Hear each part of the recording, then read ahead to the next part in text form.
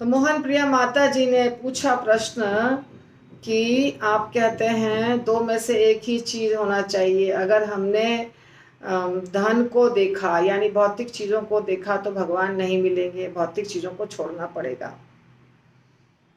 तो मैंने इसका आंसर दे दिया है ऑलरेडी प्रवचन के दौरान कि हमें हर चीज को भगवान की सेवा में जोड़ना होगा जो हमारे पास है, जो हमारे पास है, और उसके पीछे नहीं भागना होगा। जैसे अभी साधारण भक्तों के पास एक घर होता है और थोड़ा धन होता है, जिससे उनका बुढ़ापा चल जाए उतना धन चाहिए, और एक घर भी चाहिए रहने के लिए। भक्तों को यात्रा भी करनी होती है तो उतना भी धन चाहिए कि हम यात्रा जा सकें, कुछ दान दक्षिणा कर सकें। ये साधारण भक्तों के लिए यही होता है। उनके पास बहुत धन नहीं होता है, उतना ही धन होता है कि हम काम चला सकें जीवन में। पर एटीट्यूड जो है, वृत्ति जो है, प्रवृत्ति जो है, वो इम्पॉर्टेंट है। जैसे एक लखपति हो सकता है, एक करोड़पति हो सकता है, एक सिंपल व्यक्ति हो सकता है, एक गरीब व्यक्ति हो सकता है। एक जो हाय हाय होता है ना, हमको और मिल जाए, हमको और मिल जाए, हमको और मिल जाए, ये नहीं होना चाहिए। ज़रूरत के लिए जितना चाहिए हमको, हमारे शरीर के हिसाब से, और जितने में रहने की हमको आदत है बचपन से। जैसे अब रूप गोस्वामी, सनातन गोस्वामी की तरह हम जंगल जाकर के पेड़ के नीचे नहीं रह सकते हैं, हमारा शरीर नहीं टिकेगा, वैसे हम कष्टमय यात्रा भी नहीं कर पाएंगे। तो हमको अगर किसी को स्लीपर क्लास में ट्रैवल करने से दिक्कत नहीं हो रही है तो स्लीपर क्लास में ट्रैवल करके वो यात्रा कर सकता है, और उसको जितना जैसा रूम या जो चीज़ चाहिए उसमें वो खुश है तो ठीक है।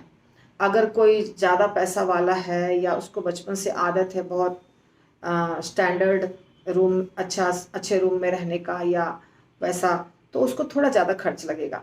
तो हर व्यक्ति का जीने का जो ढंग होता है ना, बजट होता है ना, वो थोड़ा अलग अलग होता है। किसी का 50,000 रुपये महीना, किसी का 5,000 रुपये महीना, किसी का 5 लाख रुपये महीना।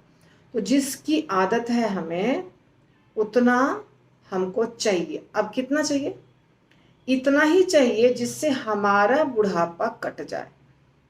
हमारा बेटा क्या कर रहा है, बहू क्या कर रही है, पोता क्या कर रहा है, बेटी क्या कर रही है, नाती नतनी क्या कर रहा है, उसके जीवन को भी हम ही संभालेंगे, उसके जीवन के उन्नति को भी हम ही देखेंगे।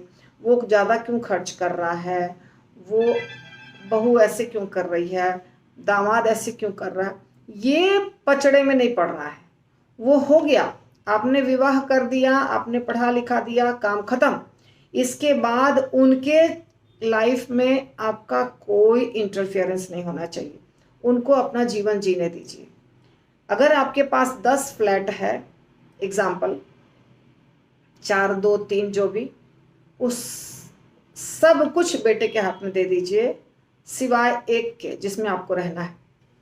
और सोर्स ऑफ इनकम आपका थोड़ा सा जो चाहिए, जितना हमको मंथली चाहिए, इसलिए मैंने पहले बताया कि हर व्यक्ति का थोड़ा अलग अलग होता है। तो हमको अपने जीने के लिए जितना पैसा चाहिए उतना पैसा का इनकम कहीं से भी आ रहा हो तो वो आना चाहिए, और बुढ़ापा हमारा अच्छे से कटना चाहिए। यानी खाने पीने लायक, भक्ति करने लायक, कभी दान देने का मन है हमको, जन्माष्टमी में कुछ में डोनेशन बॉक्स में डालने का मन है, उतना पैसा होना चाहिए। पर घर के मैनेजमेंट में बिल्कुल भाग नहीं लेना है। उम्र हो गई ना ज़्यादा, ख़त्म कहानी। जो मैनेजमेंट कर रहे हैं उनको करने दीजिए, उसमें मत फंसिए।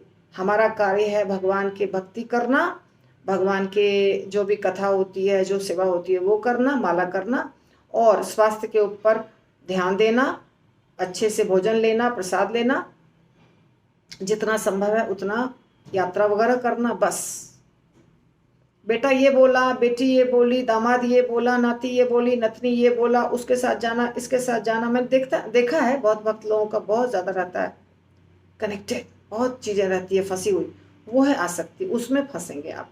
अगर वो छोड़ देंगे ना तो आपका जीवन बहुत सिंपल हो जाएगा, बहुत सिंपल, कोई दिक्कत नहीं है। अच्छा बताइए, सही बोला कि गलत?